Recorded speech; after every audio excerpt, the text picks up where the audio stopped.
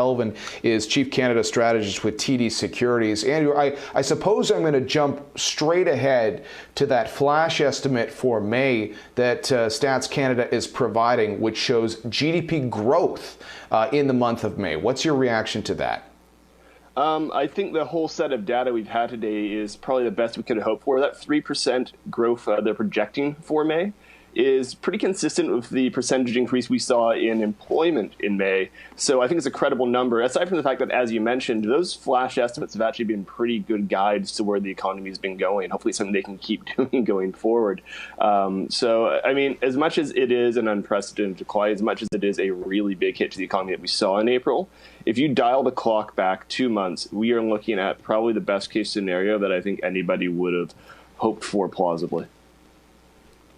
And why was that possible? Why do you think this ended up being the best scenario possible? What led to that?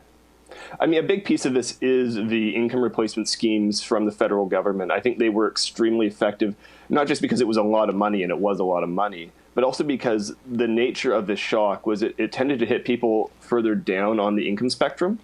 And for that reason, you could replace a larger share of lost incomes with the CERB. So I think the government does get a lot of credit for stopping the economy from, falling through the proverbial floor.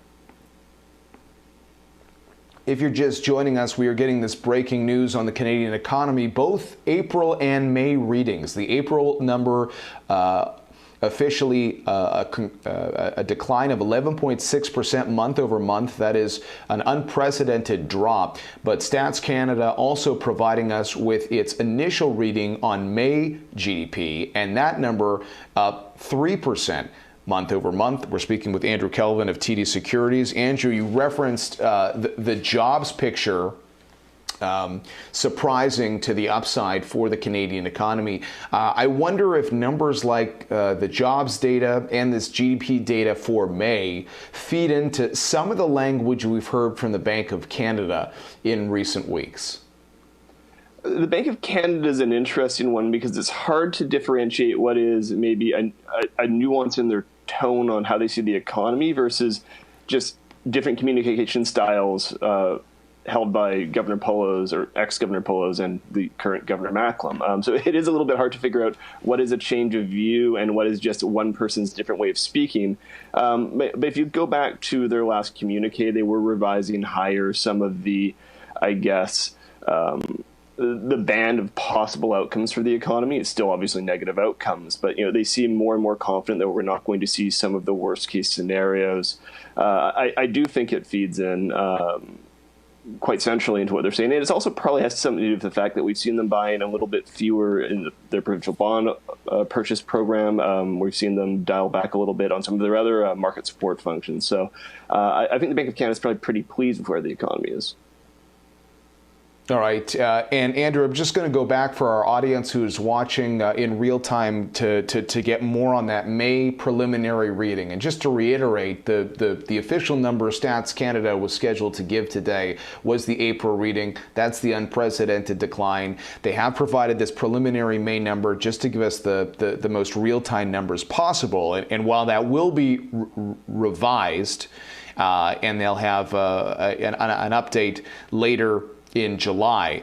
What they are saying is that output across several industries, manufacturing, retail, wholesale, including the public sector as well, health, education, and public administration, all saw increases in May as activities gradually resumed in phases depending on the type of activity and the geographic area.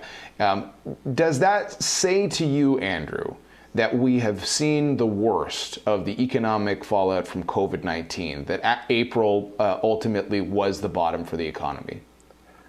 I think you can look at April as the bottom for the economy for a first wave of COVID. There's obviously still so many unknowns about how this virus is actually going to evolve within society. If we were to see another significant second wave in the winter, which is just, it's an unknown from, I think, anybody's perspective, it is possible that we would wind up seeing economic prints that would be worse than April's, maybe not in growth rate terms, but just in terms of levels.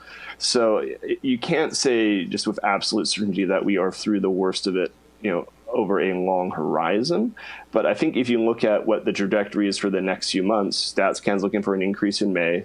And if you look at the way those jobs figures were put together, Ontario didn't contribute to any of the addition of jobs in the economy in May. So you would think that Ontario coming online a little bit later, you'd see another pickup in activity in June. So I do think we've seen the worst for this phase of the recession.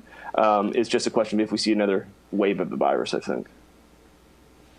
Andrew Kelvin of TD Securities joining us on this breaking news on the Canadian economy. Andrew, I would love to get your sense on how the number of COVID-19 cases that we are seeing in this country, even though, look, there are still pockets of the nation that are being impacted by COVID-19. The general view is that things seem to be more under control here than in the United States. Throughout this economic fallout period, even with the efforts by the federal government and the assistance from the central bank as well, there's been a general belief that the Canadian economy might be slower to recover than the U.S. economy. And yet, they right now are obviously dealing with a fresh surge in COVID-19 cases. So how do you feel about the economic prospects for Canada compared to the United States, given what's happening on the COVID-19 front today, and given the fact that we are now getting this initial read of the May numbers showing positive performance for GDP in last month? So I think the reason why most people had been looking for Canada to lag versus the United States in the recovery phase, certainly this is the reason why I was looking for Canada to lag.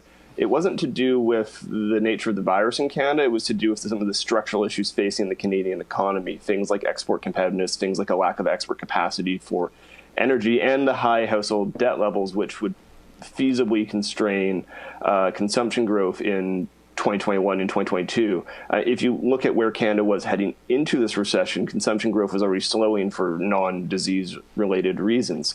Now, with the U.S. seeing another, I guess, surge higher in COVID cases, it's obviously going to be negative for U.S. growth, which is not a positive for Canada. Perhaps it narrows the gap between U.S. growth and Canadian growth, but it's not something that's going to change the fact that it doesn't help Canadian exporters, is I guess what I try to say to this. If the U.S. economy is moving more slowly, it also doesn't help global energy prices, which is important for Canada. So the fact that the U.S. is still grappling with this extended first wave of the disease, perhaps it narrows the gap between Canadian and U.S. growth, but it's still ultimately a negative for what's going to be going on in Canada over the second half of this year. It's hard to restart Canadian auto factories if U.S. auto factories are still shut down, for example. All fair points. Andrew, before I let you go, I'd like you to provide us with two possible outlooks. An outlook for the Canadian economy and what kind of recovery we could be looking at if the COVID situation stays under control. In other words, how long could it take for the Canadian economy to recover if the trends we have seen on the health crisis remain as they have been? And I guess the alternative being, if we get that second wave that you were talking about, what does that mean for the recovery story here in Canada? Sure. Well, I mean, in terms of trying to put together an outlook for the Canadian economy, everyone's got one. And we're all sort of playing a grand guessing game here. My instinct is that when you're looking at an economy that has shrunk by 17 to 18% from its peak, we're not going to recover the entire lost output in short order. I would expect it takes till at least the end of 2021, if not early 2022, for us to get back to the level of growth, level of employment, the level of activity and the level of employment that we saw in late 2019. It is a sort of as much as things have gone well, this is still going to be a longer term issue for us to deal with.